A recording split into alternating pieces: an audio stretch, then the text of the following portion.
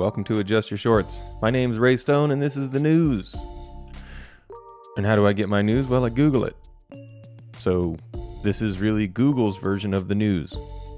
And, as we all know, Google is perfect, and they never try to tell you anything that isn't true, so you can trust everything that Google has to say about what CNN, ABC, BBC, CBS, NBC, MSNBC, BSB, CNN. C. So many C. CO. Oh no. So I've got my brand new antique flamethrower out because we're going to gaslight ourselves as we try to tell ourselves everything is fine when it's okay, or we gaslight ourselves by trying to tell ourselves that everything is wrong but everything is fine. So let's jump right into it here on the screen. Sweeping Trump tariffs draw dismay and calls for talks from countries around the globe. It's Tariff Day, everybody. The great Tariff Day. I mean, mixed feelings on this. Part of the reason why our goods are so affordable and why our economy is so robust is we pay less because we charge less. So if we start charging, we don't have to do anything. If we start charging more as the goods come into the country, that is not going to be something that affects, in the long run, it's going to be something that affects us, the consumer, just at the end of the day. It's all over the news. Countries are freaking out. I do think that the trades have been unfair. The tariffs have been unfair between the United States and most other countries. But a part of the reason why the economics works is because of the low tariff. Low tariff equals affordable. Affordable equals people buy it. Guys, when things become less affordable, people are going to buy less stuff. And, NPR says threaten to upend markets American farmers depend on. Okay, good. It's going to affect them as well. Stock market plunges. Now, here's the one that I think is the important bit here. Anytime you have a global event like this that damages the economy, this is when the rich get richer. Every single time it happens. It just happened during the pandemic. Tons of money went uphill because that's just how it works. The rich can weather the storm because they have the money to buy the things to get them through, and the poor clamp down and we don't make investments. This is dumb money. If you want to get ahead during a time of crisis, you don't buy unnecessary things. You buy things for the future. Watch the stock market. The Dow futures dropped 1,500 points today, I think. Everything is down. So watch the markets. If they crash, like I think they're going to do over the next week or coming weeks, you wait until the current price gets cut in half, and then you buy it because it is going to bounce back. I mean, they're going to dial back the tariffs. They're absolutely going to do it. If you don't think that Trump has his people standing by ready to buy as many stocks as possible for this crash, you're wrong. This is what they do. This is just how it works. So do it. Don't buy shit. Don't buy a car. Don't buy anything that's going to depreciate in value. Don't buy a new table if you have a table that works. Don't buy anything. Buy stocks. Right now, invest in the future. Watch it. And then in 2 years, when this all bounces back, your money will have doubled instead of being cut in half. I'm telling you, this is how this works. Okay. Here in the BBC News, ships had no lookout before crash, a report says. Oil tanker and a cargo ship that crashed in the North Sea did not have dedicated lookouts in what were patchy conditions. Did they have radars? Aren't they equipped with radar? I mean, come on. What? Just, yeah, say, nobody was watching. Maybe that's what a dedicated lookout is, somebody who's looking out at the radar. How does it not occur that when you have a giant ship full of oil or a giant ship full of cargo, that you don't have like a warning system that's like trajectory alert, doing the math on it and saying, by the way, this other tanker is about to crash into us 1,000% Aswadanya.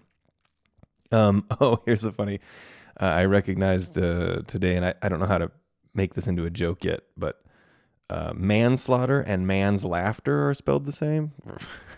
Okay, maybe it's probably only funny to me. Here's a clever one. Hungary withdrawals from International Criminal Court during Netanyahu visit. So Benjamin Netanyahu wanted to visit Hungary, but Netanyahu is wanted by the International Criminal Court for crimes against humanity and war crimes. So what does Hungary do? They say, oh, you know what? Just for the visit, I mean, we're not going to be a part of the court anymore. Is that how it works? I guess it is. I mean, that's just insane. Moving on. Tornado news. Tornadoes are tearing through the Midwest. Who'd have thunk it? I don't know why people keep building there. I mean, if you do, you got to just build a concrete home. Just make it out of concrete, reinforced concrete and steel. If you don't do that, I mean, I guess it's really good area for growing. So if you really need to grow your soybeans, head on out to the Midwest, and then you'll have to rebuild every year. It looks like, I think they just rebuild every year. Okay, moving on again. This just in, revealed Trump's fossil fuel donors to benefit from green rollbacks. Yeah. Drill, baby, drill.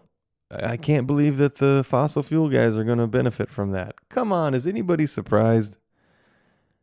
Anybody at all? He's a big business guy. I reiterate from Tuesday's podcast, if you missed it, his family and the Bush family have been tied together all the way back to hiding stuff that Nikola Tesla had in trunks when he died. At the time of Tesla's death, Vermeer Bush was overseeing, and it was John D. Trump was the name of the guy. I couldn't remember it the other day, but that's a Trump lineage family member. It's one of the men in his family who have been in power. So if you think that Trump is not a familial name in the government structure, you're wrong. His family was in part responsible for hiding free energy from us. There are ways to harvest electricity that we're not utilizing, and these were like gifts given to us by the universe in the form of a guy named Nikola Tesla, whose name is finally getting out there. Okay. Oh, I like this one. Federal workers have mixed emotions on Musk's rumored Doge exit. So much damage has already been done. The spin here is the part that makes me laugh, because what agencies will have you believe is that it's a surprising move that Musk is backing out and like cowing away with his tail between his legs. But that's not true. He has a planned exit strategy. The guy has multiple gigantic companies to run that make him the richest man in the world. And, the country. I don't know if he's the richest man in the world. I guess that could be Saudis. But anyway, his plan is to eliminate $1,000 of excessive spending and then get back to work. And he's said he's on track to have it done within 130 days. And I mean, it's wild. The things that he's uncovering are, massive corruption to the tune of billions of dollars out of whack. Like, it's not surprising that he's leaving. He's like completing his task. Ugh. Okay, moving on. World Bank announces multi-million-dollar redress fund after killing and abuse claims at Tanzanian project. Okay, so this was the World Bank is embarking on a multi-million-dollar program in response to alleged human rights abuses against Tanzanian herders during a flagship tourism project it funded for 7 years. So what does that tell us? If you have an impoverished country and you throw a bunch of money at it, what are you going to get? Crimes, sexual abuse, violence and killings, because greed is really the problem. I'm reminded of a anecdote from my own personal life. I like to take little adventures into Mexico and drive and check stuff out and just kind of see how things work. And one time I visited San Ignacio, I'm pretty sure it was. It's like halfway down Baja, and it's a whale watching place, and it's a small town. I love little Mexican towns. It's like a square, and all the shops are built around the square, and the kids play in the square, and then at the head of the town is like a mission. It's probably a Spanish mission that was built by conquistadors. But as I was leaving the town, we had lunch and we kept going. And as I'm leaving the town, I look over and I see kids playing what looks like soccer, but then it catches my eye. They're not using a soccer ball. And as I look closer, and this is like, 1,000 yards away, well, 500 yards away, about a football field away, 100 yards away. That's how long a football field is. Hey-o. I realized they're playing with a blown up milk jug. So they don't even have a soccer ball. They have a milk jug. And as I'm looking at them, thinking to myself, oh, these poor kids, one of them sees me from across the field, recognizes that I'm just looking at them. I'm clearly a stranger, and his hand shoots up and he waves at me. And then he goes back to playing his game. And it hit me, yeah, they're happier with less. And then, of course, my brain mulls it over and I go, oh, you know what? They're happier because of less. The more you have, the more you desire. Especially because the more you have, the more your neighbors have. What is it? A billionaire that only has 1 billion feels poor next to his billionaire friends with like 50 or 100 billion. It's like, dude, you're fine. You'll be okay. What was the Ram Dass quote? I think it was Ram Dass. It was one of those guru types that said, being afraid of death is silly because death is nothing. It's not a thing. Once you die, you're no longer a thing here. So you're literally being afraid of nothing. And that's how I feel about day-to-day life.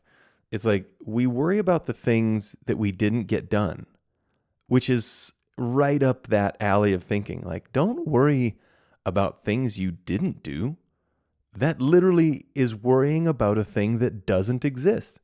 All you can worry about is the things you did do. So if you're having a day, don't forget to do it. Oh, there are so many great Rodney D. Norman quotes out there that you could do. Okay, my last thing I wanted to look up was RFK stuff. Because he's not in the news. I feel like the news is totally ignoring him and trying to maybe just sort of subdue his presence. But I liked this. RFK wants to stop people using SNAP benefits to buy soda. SNAP stands for Supplemental Nutrition Assistance Program, which is a program for Americans to be able to buy food. And he's saying, I don't want them to be able to buy soda with it. And it's like, yeah, there's what, 60 something grams of sugar in a 20-ounce soda. Soda is full of food coloring. It is like one of the leading causes of obesity. Leading causes of obesity in the US. And he's saying, I don't think we should use government assistance or assistance programs to allow people to buy junk food. I mean, let's fix the health. Okay, well, shit. Once again, you know what? I didn't look up the good news, so we are going to do it together, and I'll let you follow along as we see what we find. Okay, record number of 736 sandhill cranes flock to Nebraska in spring migration with no bird flu. So I guess we tested every single one of the nearly 750,000 of those cranes, and they don't have any bird flu. So we are good to go. There's no way that that's true. Okay. Oh, this is fun. 3-year-old finds ancient Egyptian scarab seal in the site of David and Goliath's battle. A child in central Israel could have picked up any old stone lying on the ground, but the one that she nabbed turned out to be more than just a stone. 3,800 years old. So that kid is rich. Oh, that poor kid should be rich, but they're just going to take that from her. Very cool. Okay, we're going to just pop off some headlines here. Kazakhstan efforts to restore last wild equine species receive huge boost of 150 horses. Okay, that's cool. Shelved movie Wile E. Coyote versus Acme will finally hit the screens. All right. Oh, an animated real life thing. Boy, that hasn't been done well since Roger Rabbit. And mausoleum with gladiators epitaph discovered in Imperial Roman colony in southern Italy. Okay, that's pretty cool. Stir a stick to detect if your drink is spiked. Whoa, that's pretty good. All right. So there's a stir stick that can check to see if your drink is spiked. Let's keep from having people get spiked drinks. You know what I'm saying? Talking about, know what I mean? Boy, that's really good. But of course, it probably contains COVID. It looks like it's on the kind of stick that you have to stick way up your nose. All right. Well, that's what I've got for you today. So you can adjust your shorts back to their normal level and consider yourselves kicked in the dicks or whatever you've got down there. Everyone has a dick now. It's 2025 already, so everyone has a dick, and yours has been kicked.